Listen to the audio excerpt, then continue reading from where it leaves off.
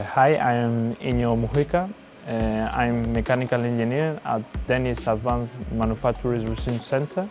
Yeah, the company is good. The environment in the company is really nice. Mit navn er Claus Ørskov. Jeg er direktør for DMRC og en af medstifterne. DMRC er et videnscenter skabt af industrien for industrien. Vi arbejder primært med produktionsprocesser, med at gøre dem billigere, grønnere, mere effektive, så vi kan beholde arbejdspladser i Danmark, og vi kan være en del af den grønne omstilling i dansk industri.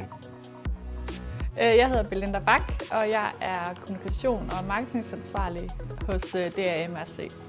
Den passion, der er, den kom lige med det samme.